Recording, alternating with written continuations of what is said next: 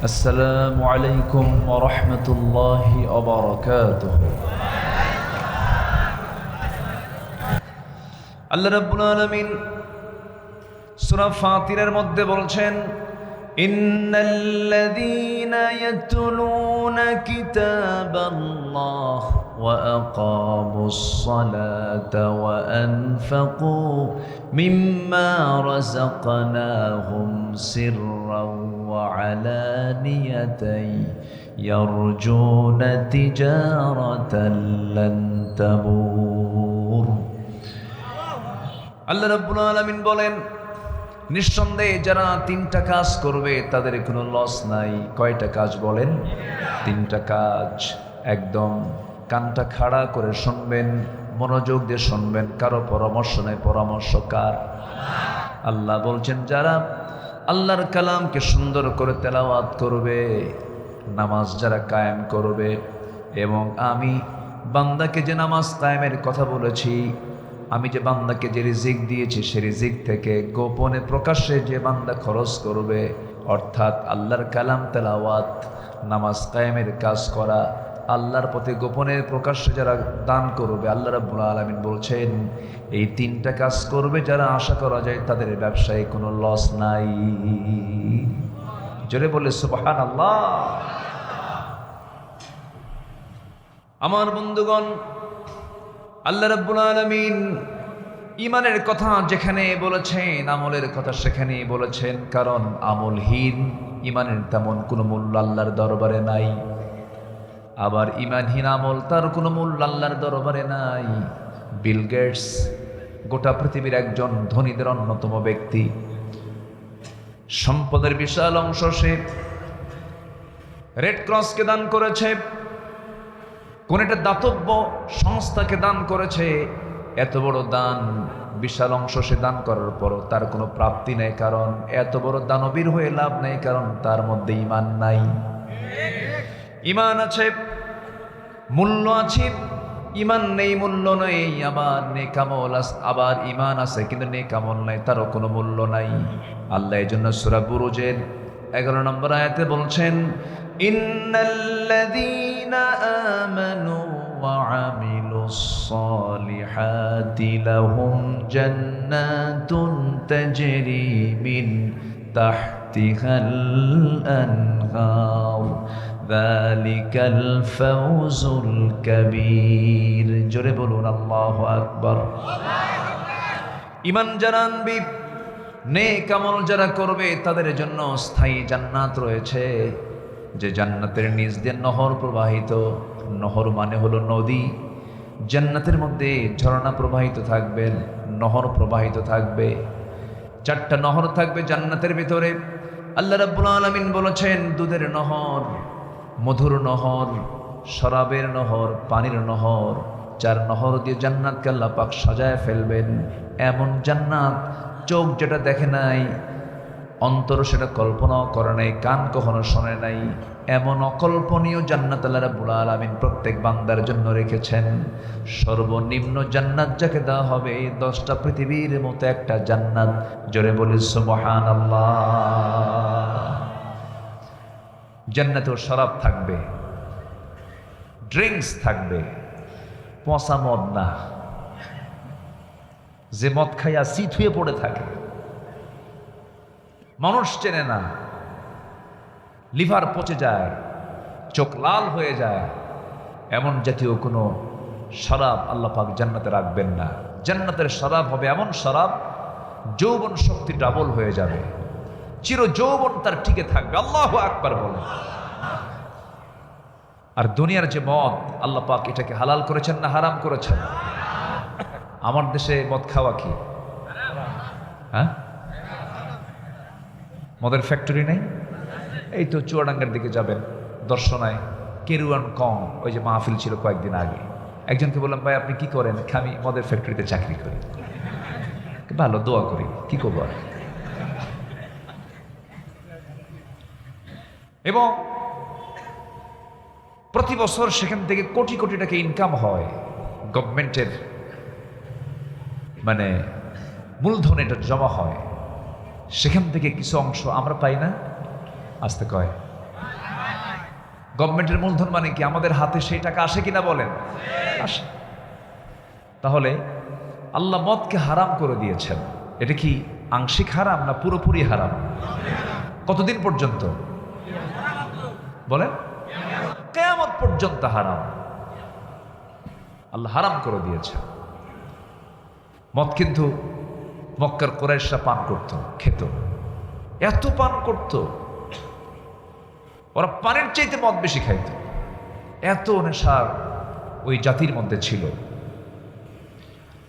একদিন নামাজে দাঁড়িয়ে গেছেন, একজন সাহাবী নামাজ শুরু করেছেন, নেশাক্রান্ত হয়ে নামাজ পড়ছেন। কুল ইয়া আইয়ুহাল কাফিরুন আ'বুদু মা তা'বুদুন। কি বাদ গেছে? লা বাদ চলে গেছে। প্রত্যেকটা আয়াতে লা শব্দ বাদ চলে গেল। লা বাদ পড়ে গেলে সব হা হয়ে যায়। লা মানে হলো না, তাহলে লা বাদ মানে সব হা হয়ে গেল, অর্থগুলো উলটপালট হয়ে গেল। আল্লাহর পক্ষ থেকে আয়াত নাযিল হলো, লা লা তাকরাবুস সালাতা ওয়া আনতুম সুকারা। তোমরা যখন নেশাগ্রস্ত অবস্থায় থাকবে মদের নিকটে যেও না। এটা হলো মিডিল সময় আয়াতটা নাজিল হয়েছে। আল্লাহ চূড়ান্ত সময়ে চূড়ান্তভাবে আয়াত নাজিল করে জানিয়ে দিলেন, ইন্নামাল খামরু ওয়াল মাইসিরু ওয়াল আনসাবু ওয়াল আজলামু রিজসুম মিন আমালিশ শাইতান। জোরে বলুন আল্লাহু আকবার। মদ পান করা কার কাম? বলুন কার কাম? কার কাম? কার কাম? শয়তানের। তাহলে আপনি যদি বলেন মদ হারাম, এটা ভুল হবে। আমার দেশে মদ খাওয়া কি হালাল। মনে হয় রাজশাহীতে মদের দোকান নাই, আজ থেকে আছে না? নাই, দোকান আছে কিন্তু মালিক নাই। মালিক আছে, কাস্টমার নাই। কাস্টমারও আছে। তাহলে কাস্টমার আছে, দোকানদারও আছে, দোকানও আছে, ফ্যাক্টরিও আছে। আবার আমার দেশে আবার কিছু হুজুরও আছে, মদের ফ্যাক্টরি উদ্বোধন হবে, হুজুরকে দাওয়াত দেয়, হুজুর একটু দোয়া করে দেন, দোয়া করে আল্লাহ ফ্যাক্টরিতে বরকত দিয়ে দাও। আছে। বিচিত্র দুনিয়া, বিচিত্র দেশ, বিচিত্র মানুষ। সম্মানিত বন্ধুগণ, এই 54 বছরে আমরা পাশ করেছি কি জানেন? সুদের আইন পাশ করেছি, যার সর্বনিম্ন গুনাহ হলো নিজের মার সঙ্গে জেনা করা। আমরা মদের বিল সংসদে টেনেছি। আচ্ছা বলেন তো, মদের সাথে কি দেশের কোনো আলেমের সম্পর্ক থাকতে পারে? আলেমরা কি মদ খায়? নাইট ক্লাবে কোনো আলেমরা কি যেতে পারে? না। তাহলে মদটা জায়েজ করলো কারা? যারা মদের বোতল নিয়ে রাত কাটায়, ঠিক কিনা? ইয়রে মুসলিম, আপনি মুসলমান, আপনি মদ খান, এটা কেমন কথা? আমি যদি একটু স্ট্রেট কথা বলি অনেকের গায়ে লাগবে, লাগবে কিনা বলেন? লাগবে কিনা বলেন? লাগলে কিছু করার আছে বলেন তো? কিচ্ছু করার নাই। যারা বড় বড় বোতল নিয়ে থাকে, দেখলাম তো সবকিছু। 54 বছরে দেখা হলো এদেশের টাকা এদেশেই থাকলো না, সব পাচার হয়ে চলে গেল। চেহারা কালো বানায় ফেলেছে কৃষকরা, জমিতে খাটতে খাটতে চেহারা কালো হয়ে গেছে। দেশকে আগায় দিয়েছেন এই কৃষক, অশিক্ষিত লোকগুলো। শ্রমিক ন্যায্য মূল্য, ন্যায্য পাওনা না পেয়ে সীমিত শ্রম দিয়ে দেশকে শিল্পকে আগায় দিয়েছে, গার্মেন্টসকে আগায় দিয়েছে। প্রবাসীরা পাখির মতো ঝুলে ঝুলে কনস্ট্রাকশনের কাজ করে করে প্রবাস থেকে টাকাগুলো দেশে রেমিটেন্স পাঠায় দিয়েছে। সব অশিক্ষিত, এরা দেশকে আগায় দিল। শিক্ষা নাই, দেশ আগায় দিয়েছে তারা। আর শিক্ষা অর্জন করে দেশের টাকা বাইরে পাচার করেছে যারা, অবশ্যই তারা হলো শিক্ষিত নামের কলঙ্ক। সব দেখা তো শেষ করলাম, আমরা কোরআনকে একটু দেখতে চাই। রাজি আছেন না? কোরআন কার? আসতে কবেন না, কোরআনটা কার? যদি কেউ মনে করেন না কোরআন দিয়ে চলবে না, আজকের সমাজ, আজকের রাষ্ট্রগুলো চলবে না, তাহলে আমি হলফ করে বলতে পারি তাকে নতুন করে ঈমান আনতে হবে। সম্মানিত ভাইয়েরা, অনেক কথা আছে, আস্তে আস্তে করে বলি। আমি নির্দিষ্ট কোনো দল সামনে রেখে কথা বলতে আসিনি, আমি ইসলামকে সামনে রেখে কথা বলতে আসছি। ইসলাম যেখানে যা বলবে আমি সেখানে তাই বলবো। যদি আমি ইসলামকে মানতে পারি তাহলে কথাগুলো ইতিবাচক মনে হবে, আর ইসলামকে যদি না মানতে পারি আমার কোনো কথাই তার সহ্য হবে না। আমার ইসলামকে মানবো তো নাকি? নিজের মতো না আল্লাহর মতো? নিজের মতো না আল্লাহর মতো? আল্লাহর মতো করেই মানতে হবে, আপনার মতো মানলে হবে না তো। অনেকে নামাজে আল্লাহকে মানবেন, রাষ্ট্রে আল্লাহকে মানবেন না, ব্যবসায় আল্লাহকে মানবেন না, না এটা হবে না। সুদ নিয়ে আপনি চলবেন, সুদ নিয়ে দেহ করবেন আর দোয়া করবেন আল্লাহকে, আল্লাহ ঠেকা পড়ছে তোর দোয়া কবুল করার। এজন্য আমাকে আগে সফল হওয়ার জন্য প্রথম পুঁজি হলো ঈমান। প্রথম পুঁজি কি বলেন? ঈমান। কিছু কিছু লোকের নামই আছে ঈমান আলী, আছে না? নাম কি? নামই ঈমান আলী, আর তার কিচ্ছু লাগবে না। আর কিছু লাগে? নাম হলো ঈমান আলী। ঘুম থেকে সকাল 10টায় ওঠে, আছে 10টায় উঠলে কি যায়? কি নামাজ গেল বলেন? ফজর চলে গেল। নাম হলো হিম্মত আলী। সাইকেলের চাকা বাস্ট হলেই শীত হয়ে পড়ে। নাম হলো রমজান আলী। রমজান মাসে দুপুরবেলা ভাত খায়। নাম হলো বাদশা মিয়া, ভিক্ষা করে। কি নাম? বাদশা মিয়া কি করে? ভিক্ষা করে। নাম হলো খোকা মিয়া। বয়স হলো 82 বছর, এখনো বুড়া মিয়া হয় নাই। কি মিয়া হয়ে আছে? খোকা মিয়া। নাম হলো আতর আলী। গোটা গায়ে গাজার গন্ধ। নাম কি বলেন? আতর আলী। নাম দিয়ে করবেন কি? বংশ দিয়ে করবেন কি? সুন্দর চেহারা দিয়ে করবেন কি? আল্লাহর সামনে বংশ যাবে না, বর্ণ যাবে না, চেহারা যাবে না, সম্পদ যাবে না, টাকা পয়সা যাবে না। আল্লাহ রাব্বুল আলামিন বলছেন, ইয়া আইয়ুহান নাসু ইন্না খালাকনাকুম মিন যাকারিন ওয়া উনসা ওয়া জাআলনাকুম শুউবান ওয়া ক্বাবাইলা লিতাআরাফু ইন্না আকরামাকুম ইনদাল্লাহি আতকাকুম ইন্নাল্লাহা আলীমুন খাবীর। জোরে বলুন আল্লাহু আকবার। হে মানব মণ্ডলী, আমি তোমাদেরকে সৃষ্টি করেছি এক নর এবং নারী থেকে, আদম হাওয়া থেকে সৃষ্টি করেছি। বিভিন্ন ভাষা দিয়েছি, গোত্র করে দিয়েছি, ইন্ডিয়ান করেছি, জাপানি করেছি, কোরিয়ান করেছি, চায়না করেছি, আরব করেছি, ইউরোপিয়ান করেছি, আমেরিকান করেছি, অস্ট্রেলিয়ান বানিয়েছি। এই যে বিভিন্ন জাতগুলো, গোত্রগুলো করলাম, কেন করলাম? লিতাআরাফু, যেন তোমরা একে অপরকে চিনতে পারো। তবে শোনো, এই জাত, এই গোত্র আমার কাছে গ্রহণযোগ্য নয়, আমার কাছে সেই বান্দাই গ্রহণযোগ্য যে বান্দা আমি আল্লাহ আমাকে সবচাইতে বেশি ভয় করে। জোরে বলি সুবহানাল্লাহ। বংশ দিয়ে যদি জান্নাত পাওয়া যেত, আমার নবীর বংশ আর আবু লাহাবের বংশ 2 না 1? আমার আগে যিনি কথা বলেছেন সূরা লাহাব, না? সূরা লাহাব থেকে কথা বলেছেন, আমার কান এইদিকে ছিল, আমি শুনেছি ওয়াজ। সূরা লাহাব। তো আবু লাহাবের বংশ আর আমার নবীর বংশ 2 না 1? কি বংশ? নাম কি বলেন?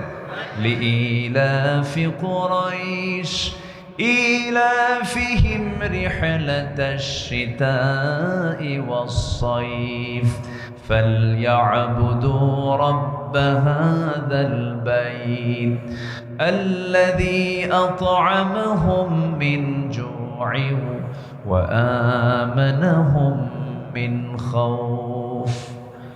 আবুল হামির বংশ নবীর বংশ এক ছিল। বংশের পরিচয় দিয়ে যদি জান্নাত পাওয়া যেত, আবু তালেব জান্নাত পেতেন, আবু লাহাব জান্নাত পেত। যদি বাবার পরিচয় দিয়ে জান্নাত পাওয়া যেত, কেনান জান্নাত পেয়ে যেত, কারণ নূহের ছেলে কেনান। ছেলের পরিচয় দিয়ে যদি বাবা জান্নাত পেয়ে যেত, তাহলে আজর জান্নাত পেয়ে যেত। আজরের বাবা হলো ইব্রাহিম আলাইহিস সালাতু ওয়াস সালাম। অতএব বাবার পরিচয় দিয়ে, মার পরিচয় দিয়ে, ভাইয়ের পরিচয় দিয়ে, বংশের পরিচয় দিয়ে, গোত্রের পরিচয় দিয়ে বান্দা নাজাত পাবে না। বান্দা নাজাত পাবে, বান্দা পুরস্কার পাবে বান্দার ঈমান দিয়া। জোরে কোন সুবহানাল্লাহ। কি দিয়া? কি দিয়া? না। তাহলে সফল হওয়ার জন্য এক নম্বর কি লাগবে? না। নামাজ পড়তে হবে কয় ওয়াক্ত? কি বলেন? আমরা কি নাম ইমানদার, নাম বেনামাজ ইমানদার হব না নামাজ ইমানদার হব? বলেন কি ইমানদার হব? নামাজ ইমানদার হব। যে বলে নামাজ না পড়ি, কি ঠিক আছে? এই কথা কি সহি? না, এই কথাটা সম্পূর্ণ রং। এই কথা কখনোই ইমানদার তার জবানে বলতে পারে না। কারণ আল ফারকু বাইনাল মুমিন ওয়াল কাফির তারকুস সালাহ। মুমিন এবং কাফিরের মাঝে পার্থক্য সৃষ্টিকারী হলো নামাজ। মারাত্মক একটা ভয়ঙ্কর কথা রাসূল বলে দিয়েছেন। কিয়ামতের দিন আল্লাহ রাব্বুল আলামিন সবার আগে বান্দার যে হিসাবটা নেবেন, যে ইবাদতের, তার নাম কি বলেন? নামাজ। কোরআনকে প্রশ্ন করুন, কোরআন বলো জাহান্নামে যাবার কারণগুলো কি কি? এক নম্বর কারণ কি কোরআন বলে দাও তো। কোরআন বলে দিচ্ছে। আল্লাহ রাব্বুল আলামিন বলেন, মা সালাকাকুম ফি সাকার ক্বালু লাম নাকু মিনাল মুসাল্লিন ওয়া লাম নাকু নুতঈমুল মিসকিন ওয়া কুন্না নাখুদু মা'আল খাইদিন ওয়া কুন্না নুকাযযিবু বিয়াউমিদ্দিন হাত্তা আতানাল ইয়াকিন ফামা তানফা'ুহুম শাফা'াতুশ শাফিঈন। ও দোজখবাসী, আজকে তোমরা দোজখে কেন, জাহান্নামে কেন? তারা বলবে, আমরা এক নাম্বার আজান শুনেছি, নামাজে যাই নাই, অলসতা করেছি। নাম্বার 2 হলো বান্দার হক নষ্ট করেছি, কাবিখার টাকা মেরে খেয়েছি, গম চুরি করেছি, রাস্তার টাকা মেরে খেয়েছি। এরকম লোক তো আমার দেশে নাই। আসতে কয় আছে না? নাই। বান্দার হক নষ্ট করছি, মিসকিনদের খাবারগুলো তসরুফ করেছি। সম্মানিত ভাইয়েরা, নামাজ হচ্ছে কার হক? নামাজ হচ্ছে কার হক? যাকাত কার হক? বান্দার হক। যাকাত কার হক? আকিমুস সালাহ ওয়া আতুজ যাকাত। আল্লাহর হকের সাথে বান্দার হক ঢুকায় দিয়েছে। আমার দেশে যাকাত আদায় হয় না সুদ আদায় হয়? ভালো করে রাখুন। সুদ তো তানোরে নাই মনে হয় না? সুদ কি তানোরে আছে? শোনেন, এই সময় কেউ উঠেন না, উঠলি ভাববো ওটাই সুদ খায়। কেউ নড়েন না, ওয়াজের মোশান দেখেও তো থামতে হবে। বসে, কেউ নড়বেন না। সুদ ভয়ঙ্কর আকার ধারণ করেছে। আজকের সমাজে মানুষ পাপকেও পাপ মনে করছে না। এটা কিন্তু আরেক অপরাধ। পাপ করেও ভাবতেছে এটা আবার কিসের পাপ? আছে না নাই? পাপকে পাপ মনে করে একটা যে অনুশোচনা, এটাও কিন্তু ইমানের একটা গন্ধ। পাপ করে আবার প্রাউড করে। যেরকম জাহাঙ্গীরনগর ইউনিভার্সিটির এক কুলাঙ্গার, নাম ছিল মানিক। এই কুলাঙ্গার বলেছিল, আমার ধর্ষণের সেঞ্চুরি হলো, মিষ্টি খাও। নাউজুবিল্লাহ বলবেন না? তৎকালীন সরকার তার শাস্তি দিয়েছে। দুষ্ট ছেলে, এগুলো বলতে নেই, এই হলো তার শাস্তি। আমরা কি প্রহসনগুলো দেখলাম। আর আল্লামা সাইদির মতো মানুষ গড়ার কারিগর, জানেন তার বক্তৃতা শুনে কত অবাধ্য সন্তান মার অনুগত হয়েছে, কত বিপদগামী সন্তান তার আলোচনা শুনে চোখের পানি ফেলে সেজদায় পড়ে 5 ওয়াক্ত নামাজ পড়া শিখেছে। আল্লামা সাইদি ছিলেন এই জাতির জন্য একটা বরকতময় মানুষ। তাকে ভালোবাসে না এমন কোনো লোক আমার মনে হয় বাংলাদেশে নাই। সবাই তাকে হয়তো দিনের বেলা রাজনৈতিক স্বার্থে তার বিরুদ্ধে বক্তব্য দিয়ে রাতের বেলা আবার কাঁদে, এরকম দেখেছি আমরা।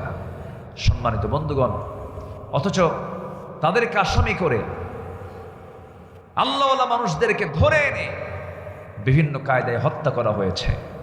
আর প্রকৃত ধর্ষক যারা, তাদেরকে মুক্ত করে দেওয়া হয়েছে। আমরা এমন বৈষম্য, এমন বিচারহীনতা বাংলার জমিন আর পুনরাবৃত্তি হোক, এটা আমরা দেখতে চাই না। একটি কল্যাণ রাষ্ট্র গঠন হোক। সবাই চান তো ইনশাআল্লাহ? যুবকরা প্রাণ দিয়েছে, যুবকরা রক্ত দিয়েছে, এই রক্তের মূল্যায়ন করা শিখুন। এই জাতির সবচেয়ে বড় দোষ কি জানেন? ইতিহাস ভুলে যায়। ইতিহাস কি করে? ভুলে যায়, মনে থাকে না। মনে রাখতে হবে। কম টর্চার করা হয়নি। এই যে ডান পাশে বসে আছেন, এগুলো ত্যাগী পরিবার। অনেক জুলুম নির্যাতন করা হয়েছে। আমি আব্দুল্লাহ আল আমিন 2018 সালে নাটোরে মাহফিল শেষ করে আমি বাসায় ফিরলাম। হঠাৎ করে একটি পুলিশের টোটাল টিম এসে আমাকে অ্যাটাক করে ধরে নিয়ে চলে গেল। থানায় গিয়ে বসলাম। ওসি মহোদয় আমার দিকে তাকায় না, চোখে চোখ লাগাচ্ছে না। বললাম, কেন আনলেন, কি জন্য আনলেন? বলতেছে, হুজুর মাফ করে দেন। তো বললাম, ধরে আনলেন আবার মাফ চান কেন? হুজুর চাকরি বাঁচান তো ফরজ, পরিবার আছে, ছেলে আছে। বললাম, ইমান বাঁচান তো নফল। বলতেছে, সামনে নির্বাচন, আমরা বাধ্য হলাম একটু জেলখানায় যান, নির্বাচনটা পার হোক, আবার ফিরে আসে। দেখছেন কথার সাইজ? দেখছেন? একটা অজ্ঞাত জায়গায় নামটা বসায় দিয়ে মামলা ঠুকায় দিয়ে জেলখানায় ঢুকায় দিল।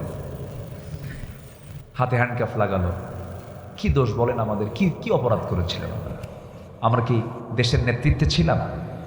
কোনো রাষ্ট্রের দায়িত্ব পালন করেছি? কোনো তসরুফ করেছি আমরা? না, ধরে নিয়ে চলে গেলাম। জজ আমার দিকে তাকায় একটা মুচকি হাসি মেরে মাথা নিচু করে ভাবলো, এমন মামলা জামিনও তো নাই, জামিন দিলে আমার চাকরি নেই।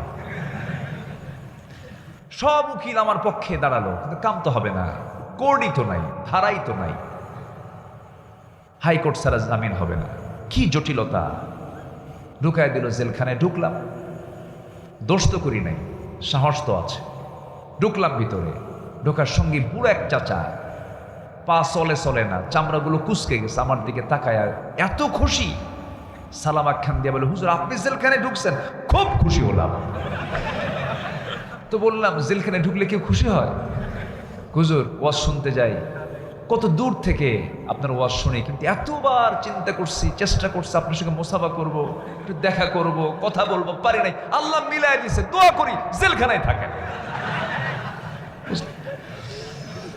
খুব মজা লাগলো চাচার কথা শুনে। বললাম, চাচা আপনি কেন আসছেন জেলখানায়? কে বাবা? বিস্ফোরক। কি মামলা দিছে? বিস্ফোরক মামলা। আমারে কয়, হুজুর বিস্ফোরক কি খায় না কি করে? এটা কি? এটা মানে চাচা জানেও না বিস্ফোরক শব্দটা কি। এই ছিল 16 বছরের চিত্র। একটা রাস্তার ফকিরকে ধরে নিয়ে এসেও তাকে মামলায় ঢুকায় দিয়েছে। আমরা এরকম কোনো পুনরাবৃত্তি আবার আসুক, এটা আমরা চাই না। আমরা দেশকে ভালোবেসে সুন্দর করে সাজাবো কোরআনের আয়নায়। কিসের আয়নায় বলেন? কিসের আয়নায় বলেন? চোখ খোলা আছে ইহকাল, চোখ বন্ধ হবে ইহকাল না পরকাল। একটু মাথায় রাখি, আল্লাহ সুযোগ দিয়েছেন, সুযোগ বারবার কিন্তু আসে না। সুযোগ দিয়েছেন, আমরা দেশকে গড়ার চিন্তা মাথায় নেই। যদি বলি ইনশাআল্লাহ, একটু চেষ্টা করি না ভাই? আমার কথায় কি বেজার হচ্ছেন নাকি আপনারা? রাজশাহীর মানুষের ভাষা খুব মিষ্টি ভাষা, খুব মিষ্টি ভাষায় আপনারা কথা বলতে পারেন। কোথায় যাচ্ছ গো? ভাত খেয়েছ?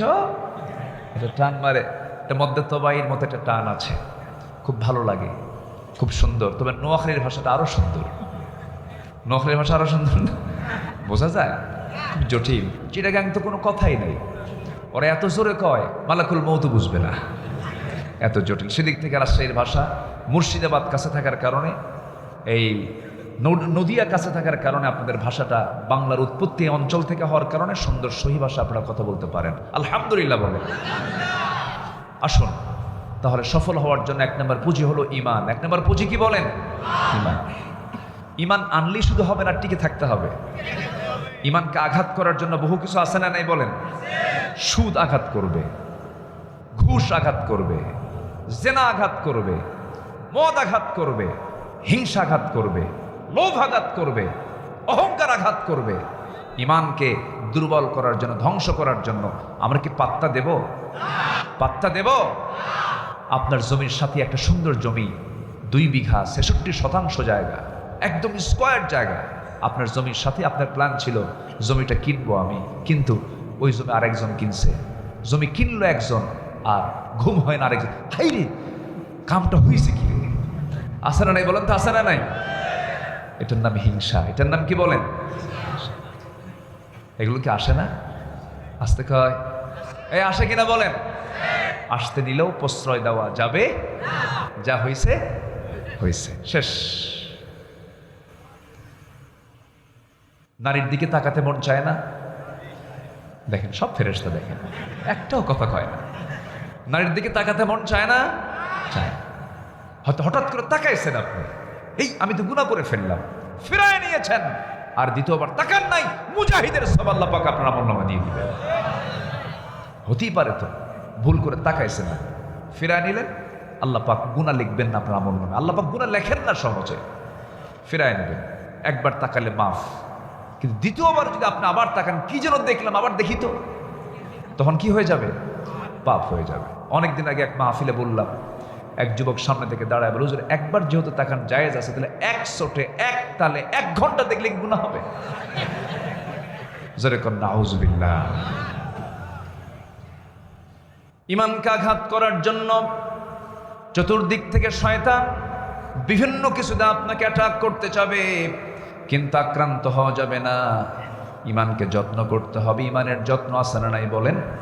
ঈমানের যত্ন আছে। ঈমানের যত্ন করার জন্য তাহাজ্জুদ পড়বো আমরা। যারা জীবনে নফল বেশি, তার ফরজ কাজা হয় না।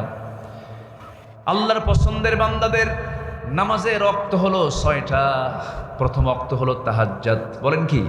وَمِنَ اللَّيْلِ فَتَهَجَّدْ بِهِ نَافِلَةً لَكَ عَسَى أَن يَبْعَثَكَ رَبُّكَ مَقَامًا مَحْمُودًا। আমার নবীজির এক ওয়াক্ত নামাজ তো কাজা হয় নাই, তাহাজ্জুদটাও কাজা হয় নাই। আমার নবীজি, যার আল্লাহ পাক আগের পরের সব কিছু মাফ করে দিয়েছেন, মাসুম বাচ্চার মতো ছিলেন তিনি। আল্লাহ পাক যাকে মডেল করে দুনিয়াতে পাঠিয়েছেন, লাকাদ কানা লাকুম ফি রাসূলিল্লাহি উসওয়াতুন হাসানাহ।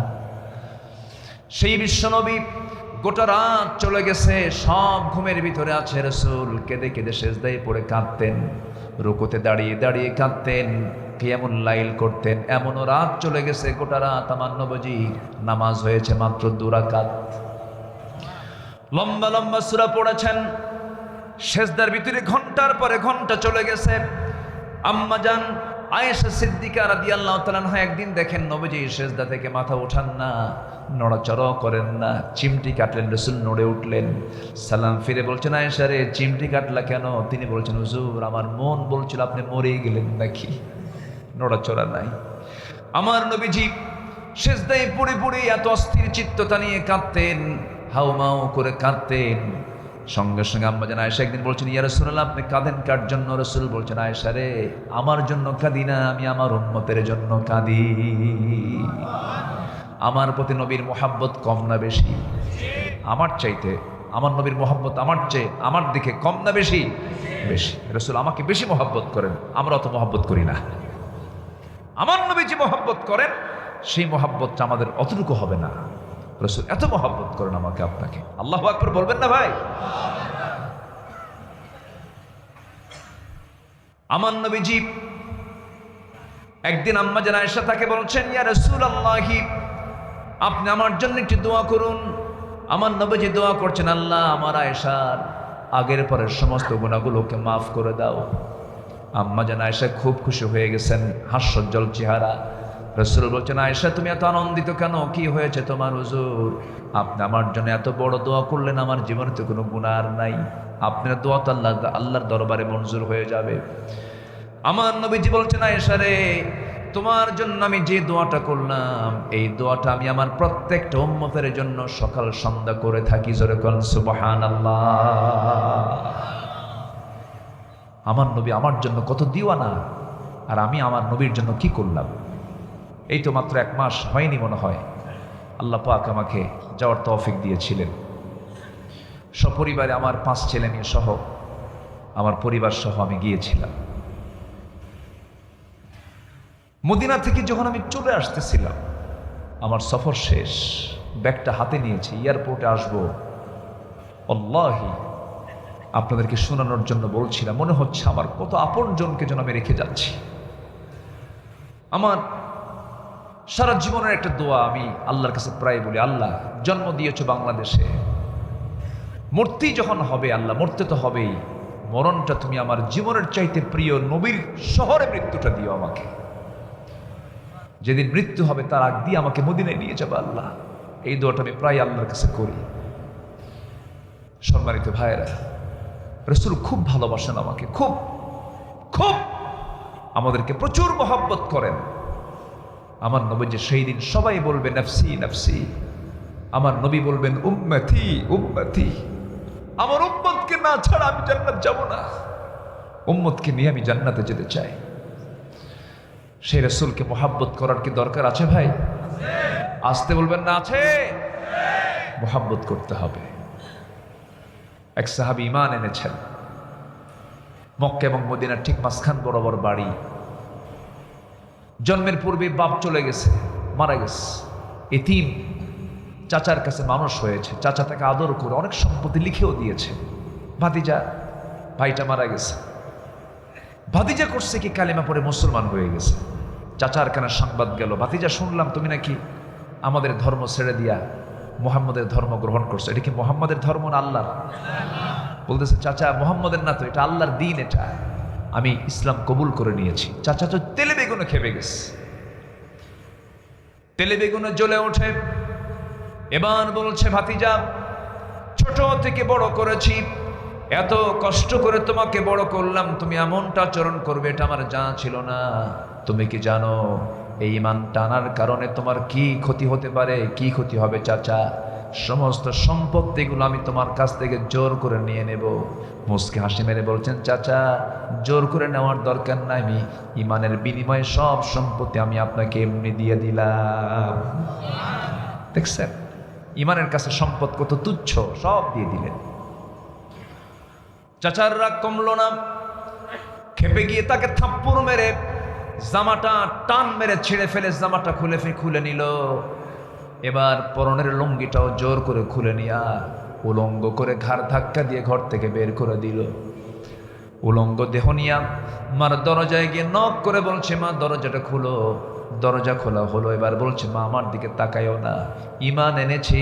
আমার চাচা আমার লুঙ্গিটা পর্যন্ত নিয়ে নিয়েছে, আমার কিচ্ছু নাই গায়ে। মা দেখো তো ঘরের মধ্যে কোনো চাদর আছে নাকি, কোনো কাপড় আছে নাকি? এক খণ্ড চাদর তাকে দেওয়া হলো, এক খণ্ড চাদর দিয়ে কোনো মতো তার সতরটা ঢাকলেন। এবার বলছেন, মা পৃথিবীর কোনো দরবার ভালো লাগে না, আমার শ্রেষ্ঠ দরবার হলো আমার নবীর দরবার। চলে গেলাম নবীর কাছে। প্রচন্ড শীতকাল, সেই সময় ঠান্ডার সময়, শুধুমাত্র গোটা দেহে এক খণ্ড সতর ঢাকার জন্য চাদরটা ছিল। কোনো মতো সেই চাদরটা দিয়ে সতরটা ডেকে মদিনা পর্যন্ত চলে গেলেন। মদিনায় এসে আমার নবীজির ঘরের দরজায় গিয়ে করাঘাত করলেন, দরজা খুলে গেল। আমার রাসূল দেখছেন থরথর করে কাঁপতেছে, কাঁপনে উঠেছে, এত ঠান্ডা, গায়ে কোনো কাপড় চোপড় নাই, কিচ্ছু জিজ্ঞাসা করলেন না। ভিতরে ঢুকলেন, ভিতরে ঢুকে তিনি নিজের গায়ের সবচেয়ে ভালো পছন্দের যে দুটো জুব্বা তিনি হাতের মধ্যে নিয়ে বাইরে বের হয়ে এসে বললেন, যুবক আল্লাহর গোলাম, আগে জুব্বাটা পড়ায় দিলেন। এরপরে বললেন, কি সমস্যা হয়েছে বলো, বিস্তারিত খুললেন, বিস্তারিত বললেন। রাসূল বলছেন, ও আমার সাহাবী, তোমার চাচা তোমাকে বস্ত্রহীন করেছে, আর আমি আমার গায়ের জুব্বা তোমারে দিয়ে দিলাম। খুব খুশি হয়ে গেলেন। রাসূল বলছেন, আব্দুল্লাহ তুমি আমার কাছে কিছু চাও নাকি? হ্যাঁ, আমি আপনার কাছে একটু দোয়া চাই, আপনি আমার জন্য দোয়া করুন। আমার নবীজি দোয়া করে দিচ্ছেন, আল্লাহ আমার আব্দুল্লাহর জন্য কাফের বেঈমানদের জন্য আমার আব্দুল্লাহর রক্তকে, জানমালকে তুমি আল্লাহ হারাম করে দাও। দোয়াটা উল্টা মনে হলো। বলছেন, ইয়া রাসূলুল্লাহ, এমন দোয়া করলে তো কাফের মুশরিকরা আমাকে কখনো মারতে পারবে না, আমি শহীদ হব না। আমার জীবনের মূল আকাঙ্ক্ষা হলো আমি শহীদ হয়ে যাব, কাফের মুশরিকরা না মারতে পারলে আমি শহীদ হব কেমনে? আমার নবীজি বললেন, ও আব্দুল্লাহ তুমি চিন্তা করো না, ওয়াইম্মা তাআলা ফিরাশিহি, কোনো ব্যক্তির মরণ যদি বিছানায় হয়ে থাকে, শাহাদাতের তামান্না যদি থাকে, শহীদ তামান্না যদি থাকে, আল্লাহ পাক তাকে বিছানায় মৃত্যুবরণ হলেও আল্লাহ পাক তাকে শহীদের দরজা দিয়ে দেন। চলে গেলেন সাহাবী। আমার নবীর ঘরের সঙ্গী একটা এরিয়া এখনো সাইনিং করা আছে, আসহাবে সুফার সদস্য মণ্ডলী সেই জায়গায় থাকতেন। তাদের খাবার দাবার ছিল না, তাদের রান্না বান্না হতো না, যতটুকুন হাদিয়া তোহফা আসতো রাসূল মিলে সবাইকে নিয়ে খেতেন। সেই জায়গায় তাকে আশ্রয় দেওয়া হলো। আমার নবীজি তাকে সেই জায়গায় রাখলেন। দুদিন পরে সাহাবায়ে কেরাম এসে রিপোর্ট করলেন, ইয়া রাসূলুল্লাহি, এমন একজন নতুন সাহাবী আমাদের মাঝে আসছে। সেই সাহাবীটা এত জোরে কোরআন পড়ে আমাদের ডিস্টার্ব হয়, আপনি যদি বলে দিতেন কোরআনটা একটু আস্তে করে তেলাওয়াত করুক। কে? আব্দুল্লাহ। নবীজি কেঁদে কেঁদে বলছেন, সাহাবীরা আমার আব্দুল্লাহর তেলাওয়াতে বাধা দিও না।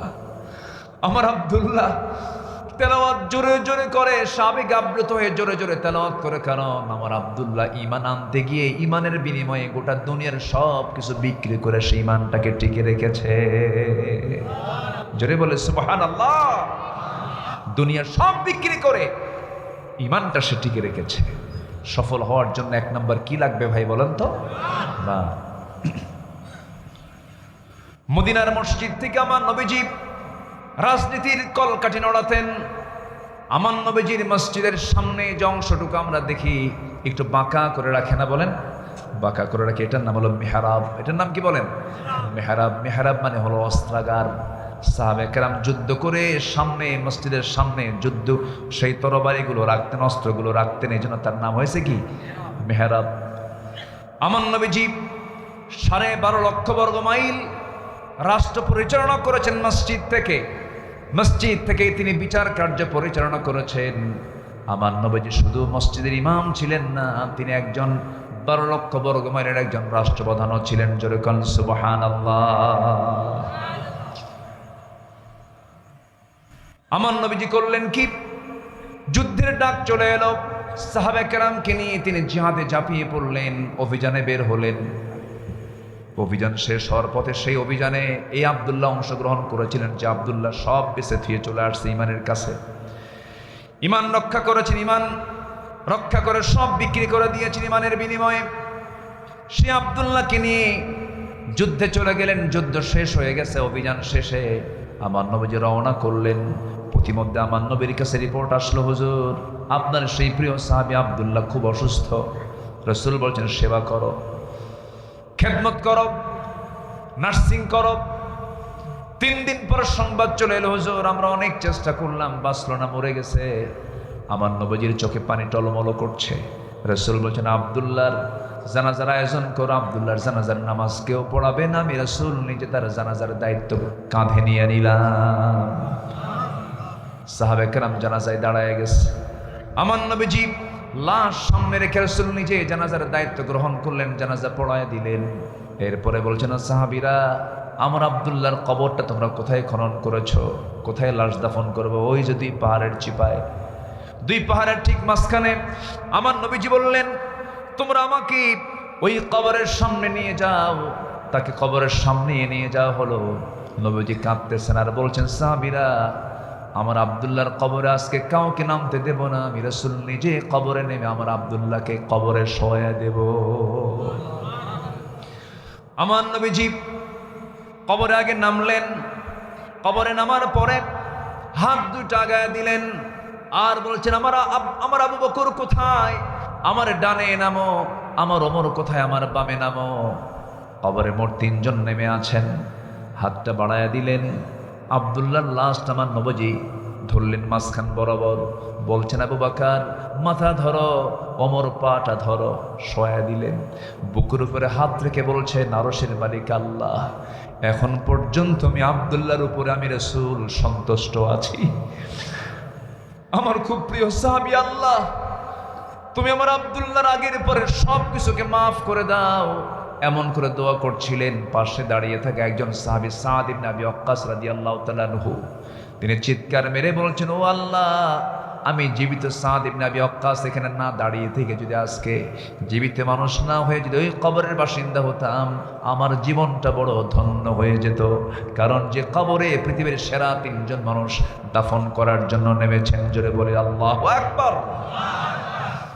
জীবনটা সুন্দর করে সাজিয়ে ফেলবো আমরা ঈমান দিয়ে। কি দিয়ে বলেন? কি দিয়ে? কি দিয়ে? ঈমান দিয়ে। ঈমানকে নষ্ট করা যাবে না, ঈমানের যত্ন আমরা নেব, ঈমানকে আমরা সুন্দর করে যত্নশীল করে তুলব, ঈমানকে মজবুত করে রাখবো।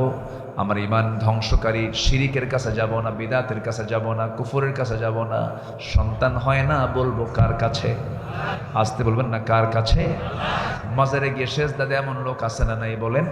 আচ্ছা, হয়তো এলাকায় কম থাকতে পারে। হ্যাঁ, এলাকায় কম তো আমরা বুঝি, এলাকায় খুব বেশি নাই মনে হয় না? হ্যাঁ, নাই বললেই চলে, ভালো। মাজারের একটা প্রবণতা চট্টগ্রামের দিকে একটু আছে, সিলেটের দিকে একটু আছে। কিছু কইলি মান্নত, ছাগল দেয়, গরু দেয়, কুত্তা দেয় কিনা জানি না, এই হচ্ছে অবস্থা। আচ্ছা বলেন তো, মৃত মানুষের কি ছাগল খাওয়া লাগে? কার দরকার, মরা মানুষের না জীবিত মানুষের? প্রতিবেশী একটা বিধবা আছে, একটা ছাগল কিনে দেন, উপকার হবে। ওই মাজারে পড়ে থাকে কিছু হাইব্রিড জাতের মোষওয়ালা কিছু গাজারু, আছে না? বলেন তো, আছে না? সে মোষগুলো কি, গায়ে কিচ্ছু নাই কিন্তু মোষ আছে, 2.5 ইঞ্চি মোটা হাইব্রিড জাতের মোষ। জাতের মধ্যে ধান আছে না, হাইব্রিড জাত আছে না, খুব মোটা মোটা মানে শীষ বের হয়, 2.5 ইঞ্চি মোটা। সেই মোষগুলো কি বাগানো, লাল টকটকা, চোখও লাল, মোষও লাল, ঠোঁট দেখা যায় না, হাসেও না, কান্দেও না, এক অদ্ভুত চেহারা। আমার তো বিশ্বাস শয়তান দেখতে ওই রকমই, ঠিক কিনা? সালাড চট পড়ে থাকে এই মাজারগুলোতে, ডাকাত, এগুলো ডাকাত, সালাড চট পড়ে থাকে, হাসেও না, কান্দেও না। আমি গাবতলি দিয়ে আমি আসতেছিলাম মানিকগঞ্জে মাহফিল বহুদিন আগে, তো গাবতলির ফুটপাত দিয়ে এক এরকম সালাড চটালা এক পাগল, এগুলো পাগল না কিন্তু ভান ধরছে, বুঝলেন? ভান, 1.5 হাত লাঠির পেটন খেলে সব সোজা হয়ে যাবে। হাঁটতেছে, পিছন থেকে কিছু পাগল বলে, যাচ্ছে আর বলতে, বাবা, ও বাবা। ওর বাপ নাই বাড়িতে, বাপ নাই। এই অন্যজনের বাপকে বাপ বলে, বাবা, ও বাবা, বাচ্চা দিবা? ও কি বাচ্চা দেওয়ার মহাজন? বাচ্চা খেয়ে দিবেন, বাচ্চা খেয়ে দিবেন, আল্লাহ দিবেন। বাবা কোনো কথা কয় না, বাবা হাঁটে, হাঁটতে হাঁটতে পেশাব করতেছে। পিছন থেকে পাগলগুলো বলে, এই তো বাবার রহমতের পানি ঝরা শুরু হয়েছে। মানুষ কি এত মূর্খ হয়? একটা কথা মাথায় রাখবেন, কোনো পাগলের উপরে কোনো শরিয়া নাই। পাগলের উপরে কোনো শরিয়ত আছে? পাগল যদি কাউকে খুন করে, ওর কি বিচার হবে? কোনো বিচারপতি রায় দিতে পারবে? শুধু পাগল। পাগল ঘুমন্ত ব্যক্তি আর শিশু, শিশু, পাগল এবং ঘুমন্ত ব্যক্তির উপরে কোনো শরিয়াত নাই, কোনো হুকুম কার্যকর হবে না। অতএব এই গাজারু মাদারু অসামাজিক ব্যক্তিত্বহীন পাগল ব্যক্তি কখনো আল্লাহর ওলি হতে পারে না। এই বিষয়টা মাথায় রাখলেই এগুলো দেখবেন, এগুলো সব ভণ্ডামি। বাবার মাজারে গিয়ে বলে, বাবা দেখো তো আমার 26 বছর বিয়ের বয়স, বাচ্চা হয় না, দেখো তো আমার কপালে কিছু আছে নাকি? কপালে ভেবে দিয়ে রাখে, বুঝলেন?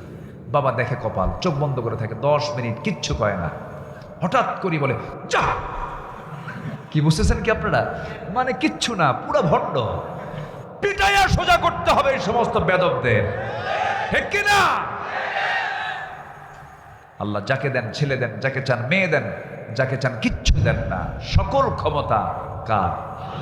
আস্তে, সকল ক্ষমতা কার? আল্লাহ। ঈমানকে কখনো এইরকম করে নষ্ট করা যাবে না, শিরকের কাছে আমরা যাব না। জোরে বলি ইনশাআল্লাহ। সকালে বাকি দেওয়া যাবে না, শনিবারে কি বাঁশ কাটা যাবে না, বৃষ্টির দিন বিয়ে করা যাবে না, বৃষ্টির দিন বিয়ে করলে সারা জীবন চোখের পানি ফুরাবে না। ওরে কি হাদিস পাইছে যে আল্লাহ!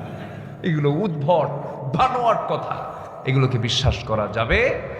সকালে বাকি দেওয়া যাবে না। কেন দেওয়া যাবে না? আপনি কেন বাকি দিতে পারবেন না সকালে? কে বলেছে? দিনটাইতে শুরু করলেন আপনি করজ দিয়া, সব হবে আরো। কিন্তু এখন বাকি দেওয়াটা নিরাপদ না বিপদ? বলেন নিরাপদ না বিপদ? যে ঋণ দেয় সেই বিপদে থাকে, ঋণের টাকা সঠিক সময় আসে না।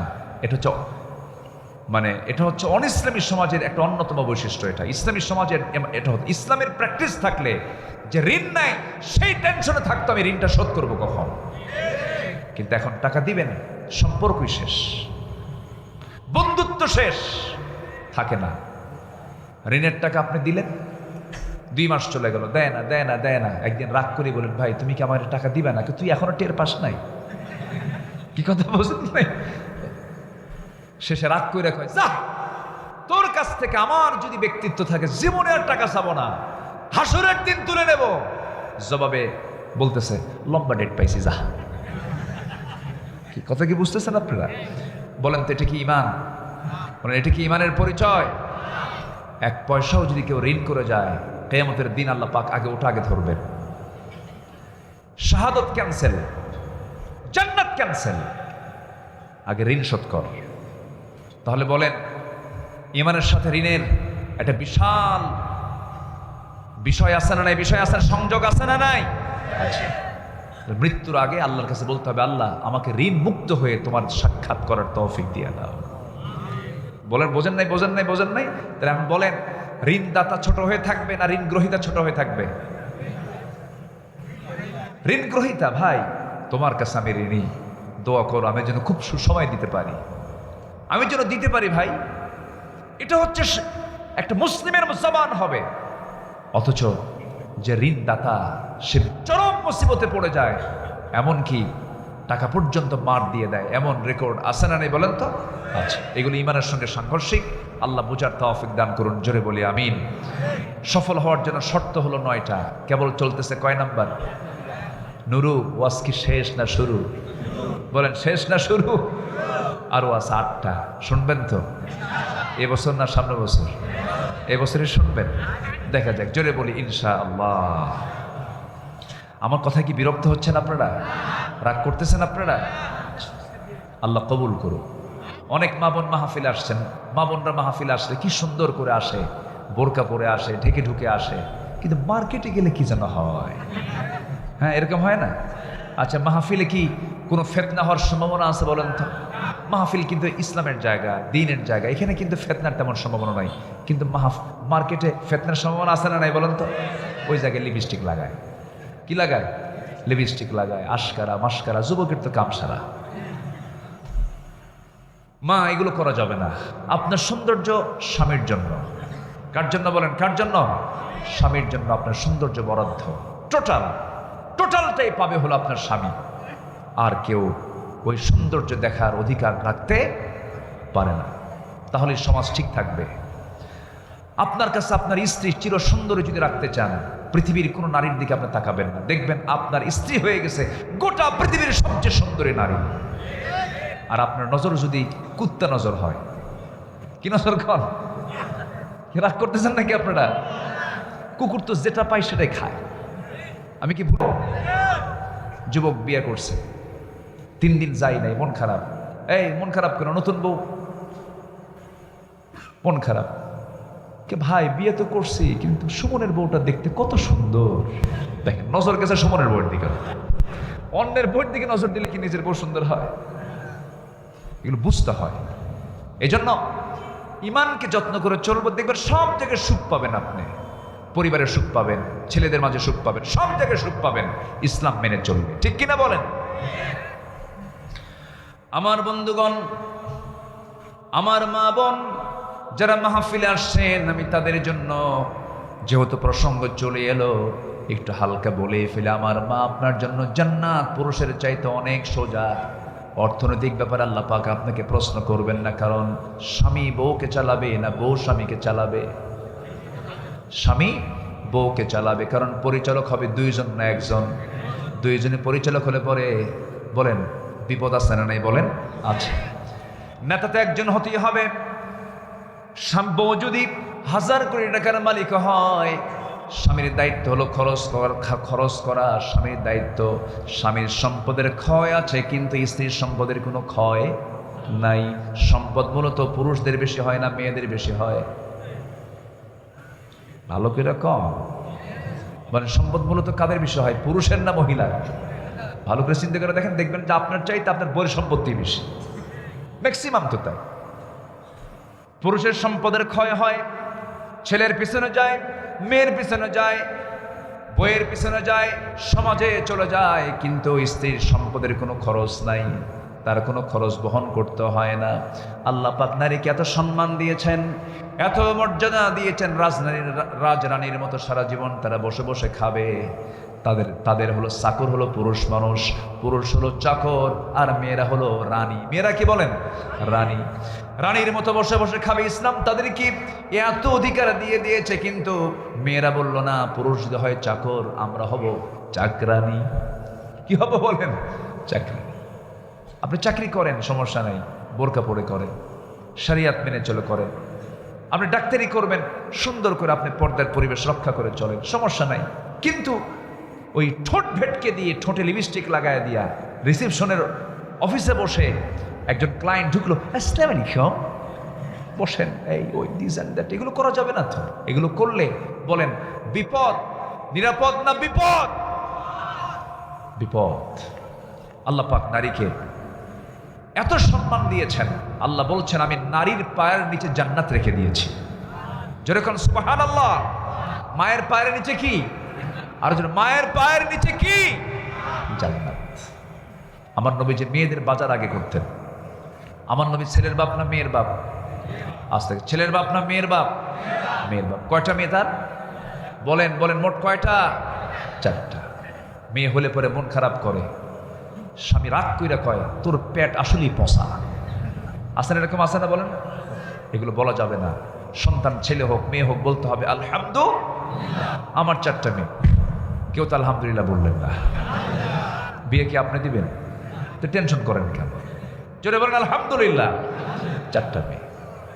আমার নবী যে মেয়েদের পক্ষে কথা বলেছেন, মেয়ে হওয়া ভালো, মেয়ের বাপ হওয়া ভালো, মেয়ের মর্যাদা বেশি, কিন্তু মেয়েটাকে পর্দার মধ্যে রাখবেন। আপনি জানেন আপনার মেয়ে আপনাকে জাহান্নামে নিয়ে যাবে, এটা পর্দায় রাখবেন, শাসন করবেন, সুন্দর দেখে মোবাইল কিনে দিবেন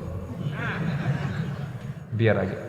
ঠাকুরগা কি বলে, চুয়াডাঙ্গা মাহফিল খাইতে বসছে রাত্রের বেলা, এক মুরব্বী এসে বলতেছে হুজুর আমার মেয়েটার জন্য দোয়া করবেন, মেয়েটাকে বিয়ে দিয়েছে ঠাকুরগা। এত দূর কেন? কোথায় চুয়াডাঙ্গা, কোথায় ঠাকুরগা? বললাম যে এত বড় দূরে, এত দূরে বিয়ে দিলেন, ঘটককে? হুজুর মোবাইল। কি বুঝতেছেন অবস্থা? বাচ্চার হাতে আর চাকু দিয়েছেন আর আপেল দিয়েছেন, 2 বছর বাচ্চা, ও কি আপেল কাটবে না হাত কাটবে? হাত কাটবে। সময় আছে, টাইম আছে, সে টাইম বুঝে, ইমান বুঝে, তার অবস্থা বুঝে হাতে দিবেন। মোবাইল আমি হারাম বলছি না, মোবাইল তার ব্যবহার করা জায়েজ যে মোবাইলকে কন্ট্রোল করতে পারবে, আর যাকে মোবাইল নিজেই কন্ট্রোল করে ও তো শেষ। ও কি শেষ? আমার মা, আপনি অনেক দামি, আপনি অনেক সম্মানী। আপনার জন্য 4টা কাজ: 5 ওয়াক্ত নামাজ, রমজান মাসে রোজা, স্বামীর সুন্দর করে আনুগত্য করা, নাম্বার 4 হলো সতীত্বের হেফাজত করা, পর্দায় থাকা। চাচাতো ভাই, খালাতো ভাই, মামাতো ভাই, দুলা ভাই, দেবর, ভাসুর, তাদের সঙ্গে দেখা না করা। বোরকা পরলেই কিন্তু পর্দা হয় না। পর্দার বিধান হলো এই যে কাছের মানুষগুলো আছে যাদের সঙ্গে বিয়ে জায়েজ, তাদের সঙ্গে দেখা করা যাবে না। খালা আসবে, সমস্যা নাই, কিন্তু খালার সঙ্গে যে বোন থাকবে সেই বোনের সঙ্গে দেখা করা জায়েজ নেই। খালাকে দেখা করা জায়েজ, খালাকে দেখা জায়েজ, খালা মায়ের মতো, ফুফু মায়ের মতো, ফুফুর সঙ্গে দেখা করা জায়েজ আছে, কিন্তু ফুফাতো বোনের সঙ্গে দেখা করা জায়েজ নাই। পর্দার বিষয়গুলো মেনটেন করতে হবে। শুধু খালার বাসায় আসে, শুধু বলে খালাম্মা আসসালামু আলাইকুম, খালাম্মা আসসালামু আলাইকুম, ঘন ঘন সালাম দেয়। বোন আছে যে, তাহলে সালামের মতলব ভালো? এগুলো খেয়াল করতে হবে। দুলাভাইয়ের হোন্ডায় চড়া যাবে না। হাজারবার দুলাভাই বলুক, শালিকার উচিত দুলাভাই থেকে দূরে থাকা, কারণ বেড়াই তো ক্ষেত খায়। কি আসতে ক্ষণ কেন? বেড়া ক্ষেত খায়। খেয়াল করতে হবে, দূরের মানুষের ক্ষতি কম, কাছের মানুষের ক্ষতি বেশি। দুলাভাই বলল ওঠ, এই সুইট ওঠ। সুইটি বলবে না আমি উঠবো না, আপনি আমার বড় বোনের হাজব্যান্ড, আপনার হুন্ডা আমার চলা যাবে না, আপনি আমার বোনকে নিয়ে ঘুরুন, চলুন। জোর করে তুলতেছে, ওঠ, তুই আমার শালি হোস। দুলাভাই কইছে, এখন উঠতেছে, কিন্তু ভাবতেছে ভাইয়ের সঙ্গে, দুলাভাইয়ের সঙ্গে গাটা লাগলে কেমন হয়। দূরেই বসেছে, কাছে লাগাচ্ছে না, কারণ গায়ের সঙ্গে গা লাগলে তো একটু কেমন হবে। দূরেই বসেছে, মাঝখানে গ্যাপ রাখছে। দুলাভাই সামনে যেমন ব্রেক মারছে, এক ব্রেকে গ্যাপ পুরো। গ্যাপ পূরণ করার সুযোগ দেওয়া যাবে না, চিমটি কাটার সুযোগ দেওয়া যাবে না। জেনা এইভাবে ছড়িয়ে পড়ে, গুনাহ এইভাবেই ছড়িয়ে পড়ে। যেখানে গুনাহ, যেখানে জেনা আছে সেখানেই মদ আছে, মদ আছে যেখানে গুনাহ, জেনা আছে সেখানে জেনা আছে, যেখানে খুন আছে সেখানে, ঠিক কি না? একটা পাপের সঙ্গে আরেকটা পাপ জড়িত, একটা পাপের সঙ্গে আরেকটা পাপ কি জড়িত। এই চারটা কাজ আমার মায়েরা করবেন, সিকিউর থাকবেন, সম্মান পাবেন, মর্যাদা পাবেন, সব জায়গায় আপনার দামটা হয়ে যাবে। আমার রাসূল বলেছেন, চারটা কাজ করবে যে নারী, তার জন্য 8টা জান্নাতের দরজা তার সামনে খোলা থাকবে। জোরে বলেন সুবহানাল্লাহ। সফল হওয়ার জন্য শর্ত হলো 8টা। 1 নাম্বার শর্ত হলো ঈমান আনবো, নেক আমল করব।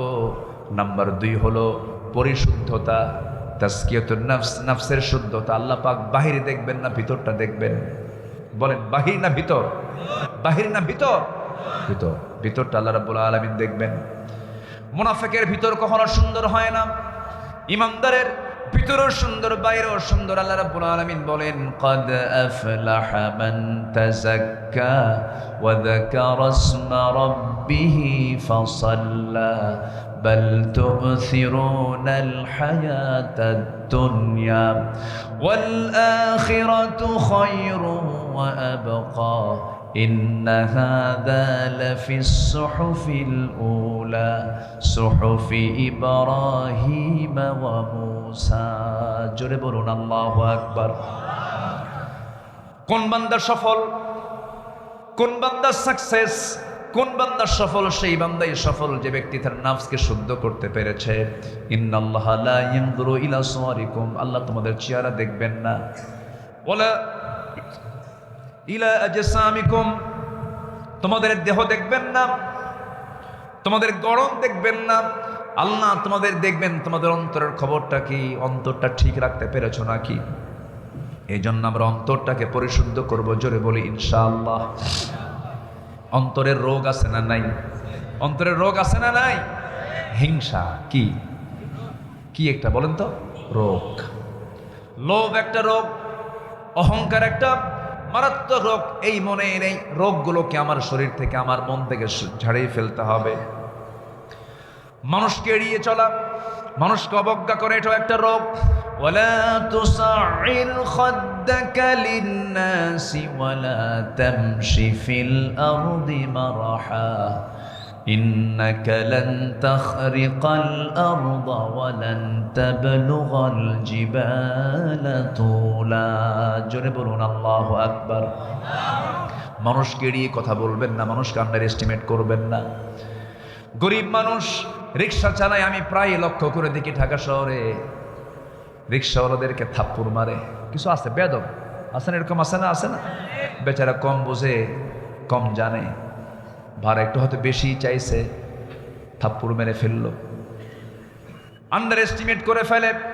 আপনার সামনে, আপনার বাড়িতে কোনো ফকির চলে এসেছে, ফকিরকে বেশি আপনি প্রশ্ন করার দরকার নেই। আপনার সামনে তো আসছি, সে এত প্রশ্ন করেন কেন? এই তুমি যে ভিক্ষা করো, নামাজ পড়ো? আচ্ছা, ভিক্ষার শর্ত কি নামাজ পড়া? হ্যাঁ, তুমি কি নামাজ পড়ো নাকি? হ্যাঁ পড়ি। কয় ওয়াক্ত? 6 ওয়াক্ত। তুমি কি দোয়া কুনুত পারো? দেখেন তো, দোয়া কুনুত কি সহজ দোয়া বলেন তো? এত শর্ত জুড়ায় দিবেন কেন? কোন সাইল আপনার সামনে আসছে, কোন ফকির আপনার সামনে আসছে, কোনো তর্ক বিতর্ক করা যাবে না। পারলে বলবেন এই যে নাও দিলাম, না পারলে বলবেন মাফ করো, আমি পারলাম না। ওই বান্দাটাও আল্লাহর বান্দা, ওই ফকিরটাও কিন্তু আল্লাহর বান্দা। সে আদম সন্তান, কাউকে অবজ্ঞা করা যাবে না। আমার নবীজি একদিন বসে আছেন, দুজন কুরাইশদের বড় নেতার সামনে বসে আছে। এক অন্ধ সাহাবী নবীর সঙ্গে দেখা করতে আসছিলেন। রাসূল ওই অন্ধ সাহাবীর দিকে না তাকায়া বারবার কুরাইশদের দিকে তাকায়া তাকায়া কথা বলছিলেন, তাদেরকে দাওয়াত দিচ্ছিলেন। তারাই বুঝি কালেমা পড়ে মুসলমান হয়ে গেলে অনেক উপকার হয়ে যাবে।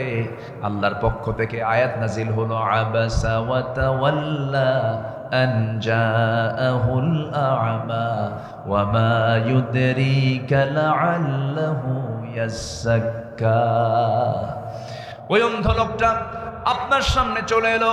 ওই কুরাইশদের নেতার চাইতে আমার কাছে অন্ধ লোকটাই বেশি দামি, কারণ তার মধ্যে ঈমান আছে। যেরকম সুবহানাল্লাহ। এই জন্য আমার বন্ধুগণ, এই জন্য আমার প্রিয় ভাইয়েরা, কোনো মানুষকে আমরা এড়িয়ে যাব না। আমার নবীজি সবাইকে দাম দিতেন, ছোট বড়, কালো ধলা, সবার মূল্য রাসূলের কাছে সমান ছিল। ছোট্ট ছোট্ট বাচ্চারা নবীর সামনে এসে বসে পড়ত, নবীজি তাদের সঙ্গে খেলতেন।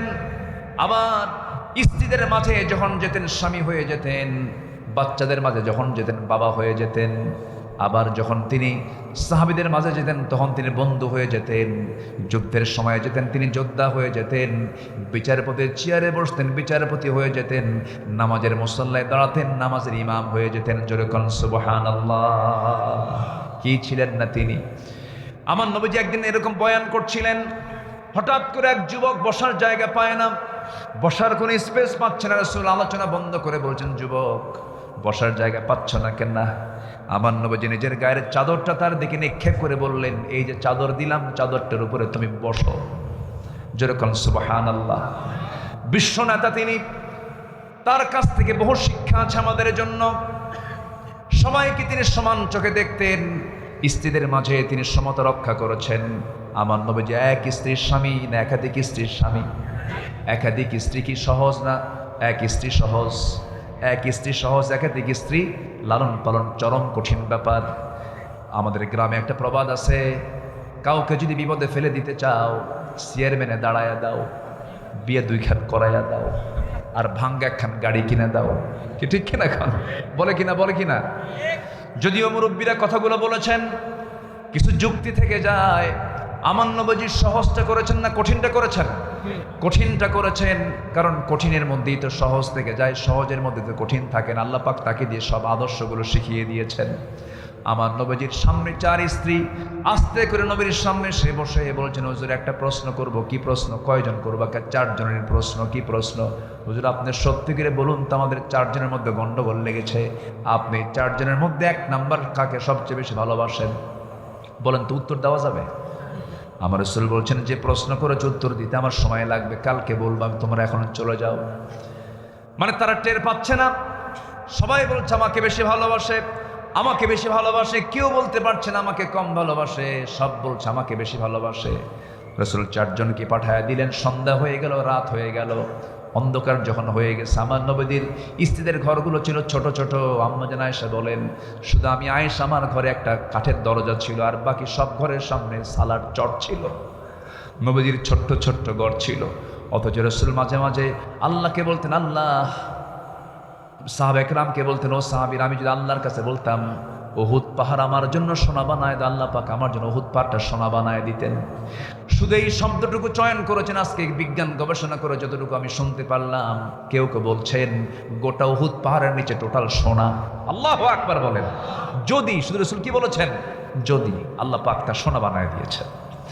রাসূল শুধু মক্কা থেকে বাইতুল মুকাদ্দাস ইসরা করেছেন, রাত্রে মেরাজ করেছেন, রাত্রে ভ্রমণ করেছেন, শুধু ওইটুকু শুধু চলাফেরা করেছেন, যাওয়া আসা করেছেন। গোটা টোটাল এরিয়া জুড়ে টোটালি তেলের খনি। আল্লাহু আকবার বলে। বারাকনা হাওলাহু লিনুরিহু মিন আয়াতিনা। আল্লাহু আকবার।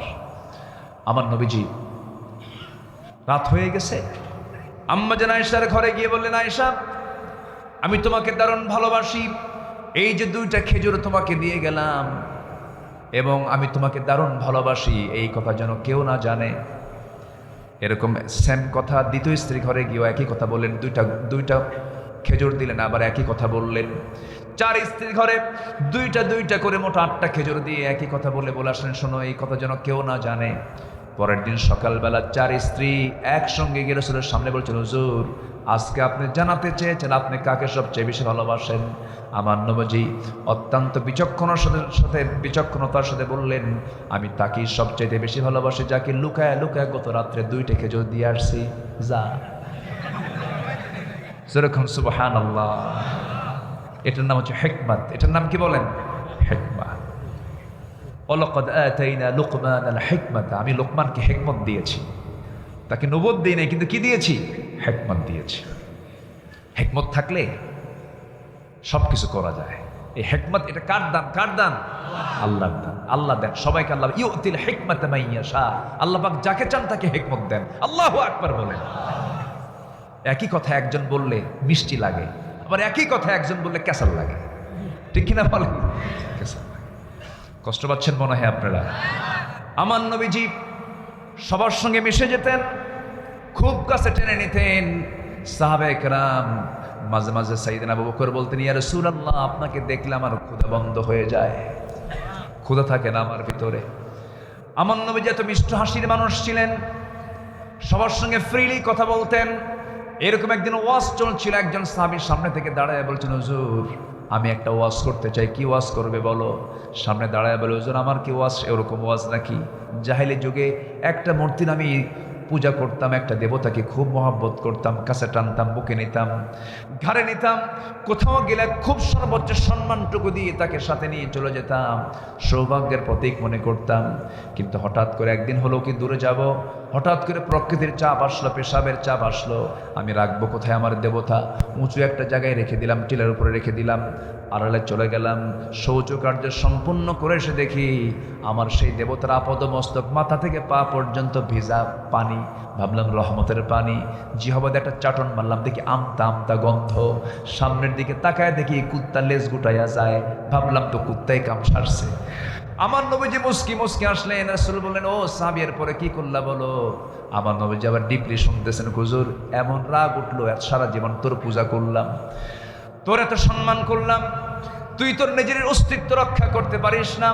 আমি আমার হাতে তুলে এত জোড়া আছার মারলাম, ভেঙ্গে চুরে চুরমার করে দিয়া আপনার কাছে আমি এমন রবের সন্ধান পেয়েছি যে রব গোটা আসমান এবং জমিনের রব, আল্লাহ রাব্বুল আলামিন। জোরে বলেন সুবহানাল্লাহ। নবীজি সবার সঙ্গে এরকম করে মিশে মিশে কথা বলতেন। আমরাও মিশুক হব, সুন্দর আচরণ দেখাবো, সুন্দর কথা বলবো, আজে বাজে মুখ থেকে কোনো মিথ্যা কথা বলতে যাব। আল্লাহ কবুল করুন, জোরে বলি আমিন। নফসকে আমরা কি রাখবো? ভেজাল না নির্ভেজাল? হিংসা না হিংসা মুক্ত? লোভ না লোভ মুক্ত? অহংকার না অহংকার মুক্ত? অহংকার মুক্ত হৃদয় বানাবো। দেখবেন আপনি অহংকার করবেন না, আপনার মনটা খুব ফ্রেশ। আপনি অতি আকাঙ্ক্ষা বেশি দেখাবেন, আপনি সুখ পাবেন না, আপনি আরাম পাবেন না। যার মধ্যে অভাব বেশি তার মধ্যে অসুখ বেশি। কি কথা কি বুঝতেছেন কি আপনি? কিছু লোক আছে 1000 কোটি টাকার মালিক, এরপরে কিন্তু অভাব কাটে না। আসেন এরকম লোক আছে না, যে খুব অভাবী, তার কোনোদিন সুখ নাই। আর যে ভাবে না আমার কোনো অভাব নেই, আমি যা আছে আলহামদুলিল্লাহ, ওর চাইতে ফ্রি মানুষ, ওর চাইতে সুখী মানুষ পৃথিবী তার দ্বিতীয়টা নাই। আমরা অভাব মুক্ত মনে করব, জোরে বলি ইনশাআল্লাহ। ক্যান্সার আক্রান্ত এক বেচারি, সেদিন তাকে প্রশ্ন করেছে একজন, আচ্ছা তোমার যে ক্যান্সার হয়েছে, তোমার আল্লাহর ব্যাপারে তোমার কমেন্ট কি? সে একটা মুস্কি হাসি দিচ্ছে আর কেঁদে কেঁদে বলছে, আমি আল্লাহর উপরে খুশি আছি, তবে কোনো বান্দার যদি কোনো অসুখ না হয়, সে যদি সুস্থ থাকে, তার উচিত আল্লাহর বিরুদ্ধে কোনো অভিযোগ না দেওয়া। কিচ্ছু দেয়নি আল্লাহ, তাকে শুধু সুস্থ রেখেছে। এর চাইতে বড় পাওয়া পৃথিবীতে বান্দার আর জীবন আর নাই কিছু। আসুন না আমরা মনকে ফ্রেশ রাখি, চিত্তকে সুস্থ রাখি, মনকে পরিশুদ্ধ করে ফেলি। হিংসা দিয়ে নয়, মানবতা দিয়ে, কৃপণতা দিয়ে নয়, উদারতা দিয়ে, ভয় নয়, সাহসিকতা দিয়ে, হতাশা নয়, আশা দিয়ে। জোরে বলি ইনশাআল্লাহ। আমরা অনেক দূর এগিয়ে যাবো, এই দেশ অনেক দূর এগিয়ে যাবে, আমার পরিবার এগিয়ে যাবে, আমার সমাজ এগিয়ে যাবে। নফসকে আমরা শুদ্ধ করব, আল্লাহ কবুল করুন। ওমরে ফারুক রাদিয়াল্লাহু আনহুর কথা মনে হলো। এক বোতল মধু রাষ্ট্র থেকে পেয়েছেন। রাষ্ট্রনায়ক, কিন্তু কি নায়ক? রাষ্ট্রনায়ক। ছোটখাটো রাষ্ট্রনায়ক? ছোটখাটো 40টা রাষ্ট্র হয়েছে তার, যে এরিয়াটা ছিল, এখন 40টা রাষ্ট্র, বিশাল সাম্রাজ্য চালিয়েছেন। ছোট্ট একটা কুড়ে ঘরে থেকে ছেঁড়া কাপড় পরে, আল্লাহু আকবার বলে ছেঁড়া কাপড় পরে আসেন। কেউ সাহস করে তাকে বলার সাহস পায় না। নবীর 2 স্ত্রী এসে বলছেন, আমিরুল মুমিনিন, একটু উন্নত জীবন গ্রহণ করা দরকার, কূটনীতিকরা আসে, বিদেশি মেহমানরা আসে, ছেঁড়া কাপড় পরে থাকেন, এটা হলো? উনি খেপে গেলেন, বললেন, তোমরা নবীর বউ হয়ে এই কথা কও, নবীর স্ত্রী হয়ে এই কথা বলো? নবীজি বিছানার চাদর পান না, নিজের জুব্বাটাকে চাদর বানায় গোটা রাত কাটায় দেন। এত কষ্ট করে যদি রাসূল যদি তার পজিশনে যদি জীবন যাপন করতে পারেন, আমার জুব্বা দেখে ওরা ভয় পায় না, আমার তাকওয়া দেখে ওরা ভয় পায়। আল্লাহু আকবার বলো। এক বিচিত্র মানুষ ছিলেন তিনি। কখনো তিনি ঝোলওয়ালা তরকারি খান নাই। খেলাফত পাওয়ার পর তাকে প্রশ্ন করা হলো, ঝোলওয়ালা খাবার খান না কেন? আমার নাগরিকরা খায় না, আমি খাবো কেন? সুবহানাল্লাহ বলবেন না? দামি খাবার এক গভর্নর বানায় নিয়ে আসছে, মানে খলিফাকে সন্তুষ্ট করার জন্য। এই যেটা আমার স্ত্রী বানায় দিচ্ছে, আপনার স্পেশাল খাবার আপনি খান। তিনি বললেন, তোমার এলাকার জনগণ কি এটা পায় না? তুই খা। আল্লাহু আকবার বলবেন না? তাদেরকে কেউ তেল মারতে পারে নাই, কিন্তু আমার দেশে তেল মারা কম হয় না বেশি হয়? কি মারে? 16 বছর ধরে সংসদে শুধু গানই শুনছি আমরা। হ্যাঁ, গান শোনেন নাই? এই তো দেখছেন কি সুন্দর জানে সবাই। এত তেল মারে এই জাতি। সাইয়েদনা ওমর ফারুক রাদিয়াল্লাহু তাআলা আনহু রাষ্ট্রের কিছু মধু নিয়ে আসছেন। প্রতিবেশী সহ ওনার 5টা ভাগ হবে। এক বোতলে কয় ভাগ হবে? 5 ভাগ। বোতলটা নিয়ে স্ত্রীকে বলেন, সুন্দর করে এটা ভাগ করো। তো উনি ভাগ শুরু করেছেন, তৎক্ষণাৎ তিনি বলেন, না, বোতলটা দাও আমার, আমি তোমাকে ভাগ করতে দেবো না। আচ্ছা বলেন তো, কোনো স্বামী যদি বউয়ের সঙ্গে এমন আচরণ করে কি হতে পারে? আপনাদের বউরা মনে হয় রাবেয়া বস্ত্রী সব মনে হয় নাকি? লাগবে লাগবে লাগবে, সেই দিনটাই শেষ। কিন্তু উপায় নাই। মেয়েরা একটু কোনো কিছু মাইন্ড যদি একবার করে, ওই মাইন্ড শুরুতে লাগে 3 দিন পর্যন্ত। লাগে কিনা বলেন? আল্লাহ পাক ওইরকম করে বানাইছে তাদেরকে। তারা অতি আবেগী হয়, একটু অভিমানী হয়। আবার যদি প্রশংসা করেন খুব খুশি হয়। বউটা যদি কালো হয়, আপনি বলে ফেলবেন, তুমি আমার চোখে এত সুন্দর, পৃথিবী তার দ্বিতীয়টা নাই। খুব খুশি, খুশি করবেন। আমার রাসূল স্ত্রীদেরকে হুমায়রা বলে ডাকতেন, তাহেরা বলে ডাকতেন, খুব প্রশংসা করতেন। মেয়েরা প্রশংসা পেলে, স্বামীর মুখে যদি শোনে প্রশংসা, দেখবেন আপনার ঘরটা আলোকিত জান্নাতের ঘর হয়ে গেছে। নিজের স্ত্রীর সামনে অন্য কোনো নারীর প্রশংসা করবেন না, এটা উচিত না। এরকম কিছু পুরুষ আছে না? আছে কিনা বলেন? আছে কিনা বলেন? অশান্তি ডেকে আনে, এগুলো করা যাবে না, ঠিক না, এটা ইসলামে এলাও করে না। তিনি বোতলটা নিলেন। স্ত্রী ভাবলেন যে এটা কেমন করলো, এটা আমাকে মাইন্ড করলো। উনি কিচ্ছু বললেন না, আমিরুল মুমিনিন তো, কি বলবেন? হয়তোবা কোনো কারণ থাকতে পারে। বোতলটা নিয়ে গিয়ে প্রতিবেশীর ঘরে একজনকে ডাক দিয়ে বললেন, প্রতিবেশী শোনো, সুন্দর করে সমান 5 ভাগে ভাগ করবে। একটা ভাগ আমাকে দিয়ে, বাকি 4 ভাগ তোমার প্রতিবেশীরা ভাগ করে নিয়ে নিবা, সমান ভাগ করবা। তার অংশটুকু তিনি নিয়ে স্ত্রীর সামনে এসে বলছে, স্ত্রী, আমি তোমাকে দারুণ ভালোবাসি। আমি রাষ্ট্র চালাই, তুমি আমার পরিবার চালাও। পরিবার যদি না চালাতে আমি রাষ্ট্র চালাতে পারতাম না। সন্তানের দেখভাল তুমিই করো, আমার জন্য তুমি বড় উপকার করে থাকো। আমি তোমার কাছে চিরকৃতজ্ঞ। আমি তোমাকে সন্দেহ করে তোমার কাছ থেকে আমি মধুর বোতল নেই নাই। আমি তোমাকে ভাগ করতে দেই নাই কম বেশি করার জন্য, এটার জন্য নয়। আমি ভাগ করতে এই জন্য দেই নাই, কারণ মধু ভাগ করতে নিয়ে, মধু যেহেতু তরল জিনিস, এই মধু ভাগ করতে নিয়ে 1 ফোঁটা 2 ফোঁটা মধু তোমার হাতে লেগে যাবে, এটা তো সমান ভাগে ভাগ করা সম্ভব হবে না। এই যে আমাদের অংশে 1 ফোঁটা 2 ফোঁটা মধু বেশি এসে যাবে, এতটুকু চাই নাই মনে করে মধুভাগের দায়িত্ব আমি অন্যের কাঁধে চাপায় দিয়েছি। জোরে বলুন সুবহানাল্লাহ। এটার নাম হলো নফসের শুদ্ধতা। এটার নাম কি? নফসের শুদ্ধতা। কি মানুষ তারা ছিলেন, কি চিন্তা নিয়ে তারা চলতেন। তারা ভাবতেন এখন আছি, কিছুক্ষণ পর চলে যাব, যে কোনো সময় দুনিয়া থেকে বিদায় নিয়ে নেব। এই তো কয়েকদিন আগে মদিনায় ঘুরে আসলাম, নবীজির কবরটা জিয়ারা করে আসলাম। ওই নবীর কবরের পাশেই শুয়ে আছেন সাইয়েদনা ওমর ফারুক রাদিয়াল্লাহু তাআলা আনহু। ওই জায়গায় তার থাকার কথা ছিল না। রাসূল যে কবরে শুয়ে আছেন সেই কবর তো কিন্তু কবরস্থান ছিল না, সেই কবরস্থানটা ছিল একটা ঘর। সেই ঘরটা ছিল আমার নবীজির স্ত্রী আম্মা জান আয়েশা সিদ্দিকার ঘর। সেই ঘরে তিনি ইন্তেকাল করেন, সেই ঘরে তাকে দাফন করা হয়েছে। আম্মা জান আয়েশা সিদ্দিকা রাসূলকে বিদায় জানালেন, আমার নবীর লাশটা সেই জায়গায় থাকলো। ওই জায়গায় কবর খনন করা হলো, সেই জায়গায় তাকে দাফন করা হলো। আমার নবীর ইন্তেকালের 2 বছর পর প্রথম খলিফা দুনিয়া থেকে বিদায় নিলেন, নবীর কবরের পাশে তাকে সমাহিত করা হলো।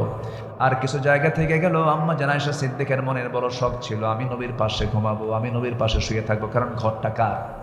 মা আয়েশা সিদ্দিকার ঘর। কিন্তু সাইয়েদনা ওমর ফারুক রাদিয়াল্লাহু তাআলা আনহু নামাজে দাঁড়ালেন, একদিন হঠাৎ করে পিছন থেকে একজন জালিম এসে তার পেটে ছুরিকাঘাত করলো, পিঠ দিয়ে তরবারি ঢুকায় দিল। রক্তাক্ত অবস্থায় তিনি জমিনে পড়ে গেলেন, মারা যান নাই, রক্তক্ষরণ হচ্ছিল। তিনি দুনিয়া থেকে যখন তখন বিদায় হবেন, এখনো তিনি কথা বলতে পারছিলেন। কেঁদে কেঁদে বলছেন, আব্দুল্লাহ আমার ছেলে এইদিকে আসো, আম্মা আয়েশার কাছে গিয়ে আমার সালাম জানায় বলো, মা আয়েশা যদি তার জায়গাটা দিত, আমার বড় শখ, আমি নবীর পাশে ঘুমাতাম। জোরে বলুন সুবহানাল্লাহ। আমি নবীর পাশে ঘুমাতাম, আমি রাসূলকে খুব বেশি মহাব্বত করে। দেখো তো আয়েশা আমাকে জায়গাটা দেয় নাকি। ছেলে চলে গেছে, সালাম জানায় বলতেছেন, আব্বা আমাকে পাঠালেন, এমন করে আবদার করছেন, কি করা যায়, আপনি কি দিতে পারবেন নাকি? আম্মা জান আয়েশা সিদ্দিকা কেঁদে কেঁদে বলছেন, ও আল্লাহ, আমার চোখে ওমরের চাইতে ভালো মানুষ আমি চোখে পাই না। যে ওমরের ব্যাপারে রাসূল বলেছেন, নবুয়তের দরজা যদি খোলা থাকতো, আমার পরে নবী হওয়ার যোগ্যতা রাখতো, লাকানা ওমর, আমার ওমর নবী হয়ে যেত। এত একজন দামি মানুষ, আমিরুল মুমিনিন, খলিফাতুল মুসলিম ওমরের মতো মানুষ আমার কাছে একটা জিনিসের আবদার করেছে, আমি কেমন করে তাকে না শব্দ বলি? আমি আমার জায়গা, আমি আমার ওমরের জন্য দান করে দিলাম।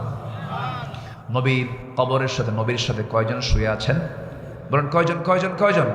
আর বাকি সব জান্নাতুল বাকিতে, বাকিল গারকাত, বাকি গোরস্থানে সবাই শুয়ে আছে। 10,000 সাহাবী সে কবরস্থানে শুয়ে আছেন।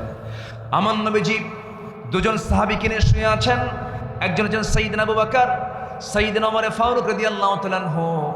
আমি এবার আমার রাসূলের যে মসজিদটা, মূল যে মসজিদ, যেখানে মিম্বার এবং আমার নবীর ঘর, অর্থাৎ এখন যেটা কবর, রাসূল মাঝে মাঝে বলতেন, মা বাইনা বাইতি ওয়া মিম্বারি রাউদাতুম মিন রিয়াদিল জান্নাহ। আমার ঘর এবং আমার ওই মিম্বার মাঝখানের যে অংশটুকু আছে, এটা হলো জান্নাতের টুকরা, জান্নাতের টুকরা। অনলাইনে সিগন্যাল পেলাম, জান্নাতুল রিয়াজুল জান্নায় ঢোকার জন্য পারমিশন নিতে হয়। পারমিশন নিয়ে ভিতরে ঢুকে গেলাম।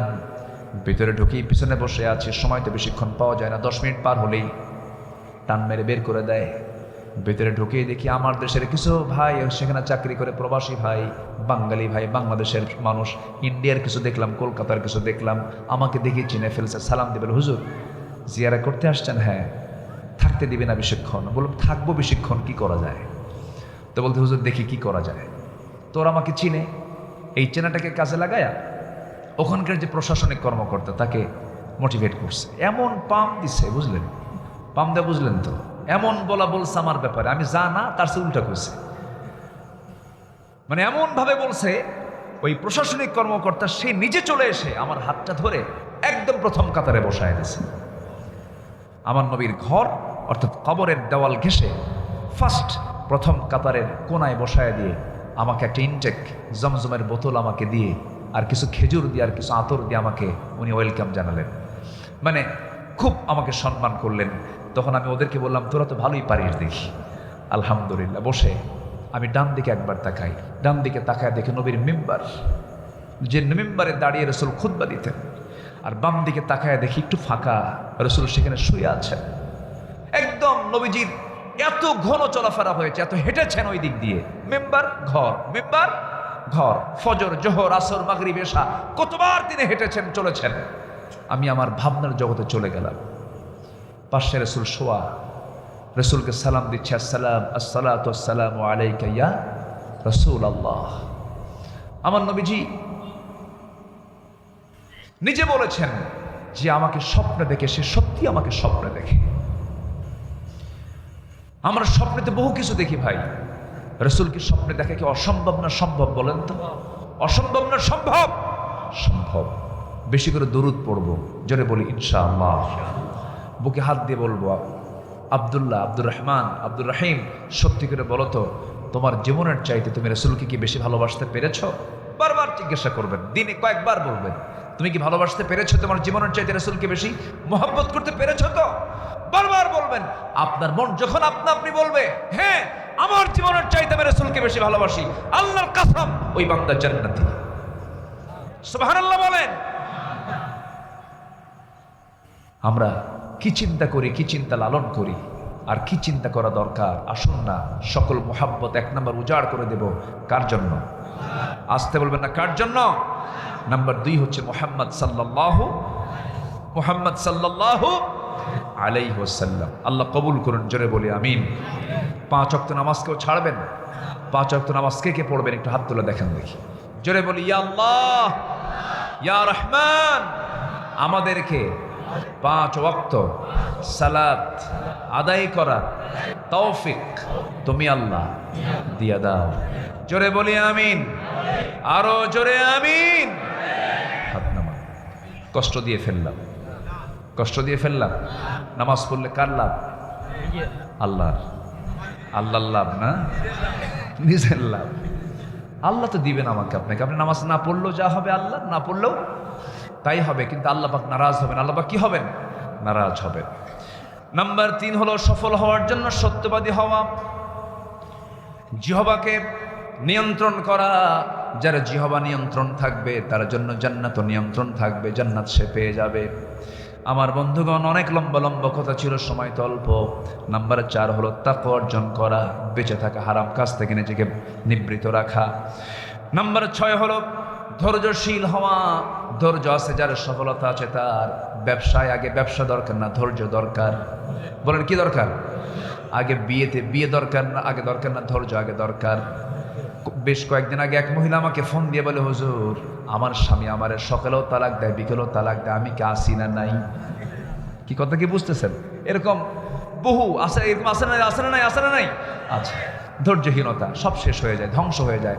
বিয়েটা জেনায় রূপ নিয়ে নেয়, তালাক দিয়ে আবার সেই তালাকের মহিলাকে নিয়ে সংসার করে, জেনা হয়ে যাচ্ছে, কত গুনাহ হয়ে যাচ্ছে শুধুমাত্র ধৈর্যহীনতার কারণে।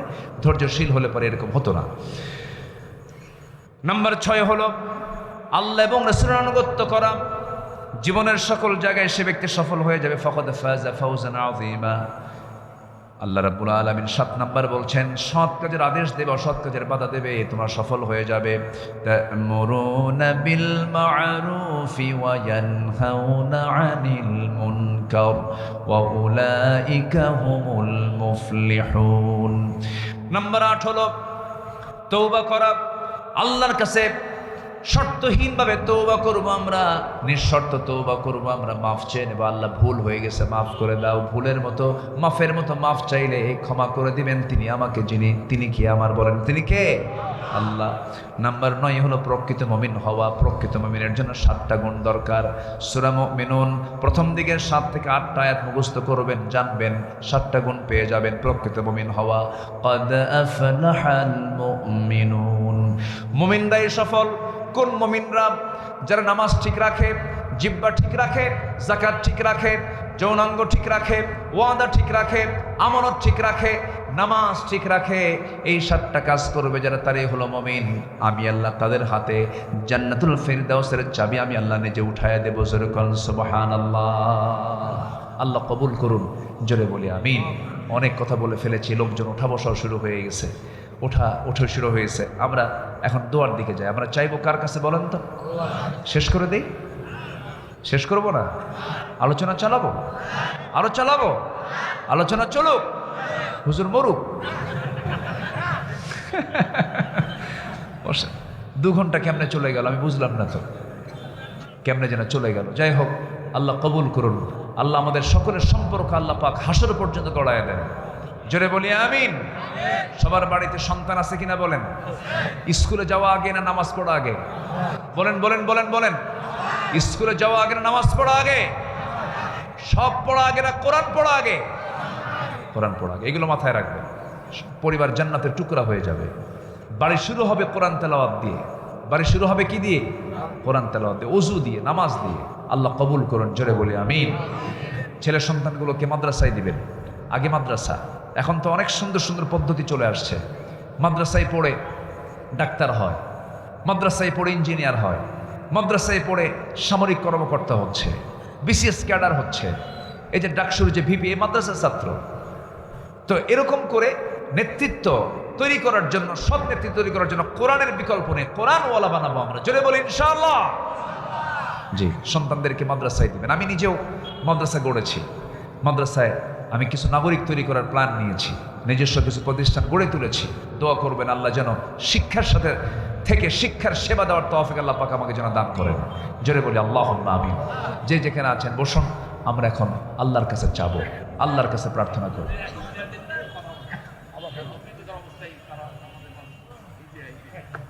থাক না, আমি অন্য একটা প্রসঙ্গ নিয়ে আমি এখন কি বলবো। বসেন সবাই, আমরা সবাই বলি সুবহানাকাল্লাহুম্মা ওয়া বিহামদিকা আশহাদু আল্লা ইলাহা ইল্লা আনতা আস্তাগফিরুকা ওয়া আতুবু ইলাইকা। চিৎকার মেরে বলি, ইয়া আল্লাহ, আমার জীবনের সগীরা কবীরা, ছোট বড় সব গুনাহ তুমি আল্লাহ মাফ করে দাও। জোরে বলুন, ইয়া রাব্বাল আলামিন, ইয়া রাব্বাল আলামিন। দোয়া আমরা আল্লাহর কাছে চাই, দোয়া করি। গজল শুনবেন? আগ্রহ আছে আপনাদের? এখন আগ্রহ আছে? প্রাণের অধিক বেশি যার নাম রাহমাতাল লিল আলামিন, প্রাণের অধিক বেশি যার দাম রাহমাতাল লিল আলামিন। জানো কি তোমরা তাহার নাম রাহমাতাল লিল আলামিন। সবাই বলে সাল্লাল্লাহু আলাইহি সাল্লাম। বসে পড়েন।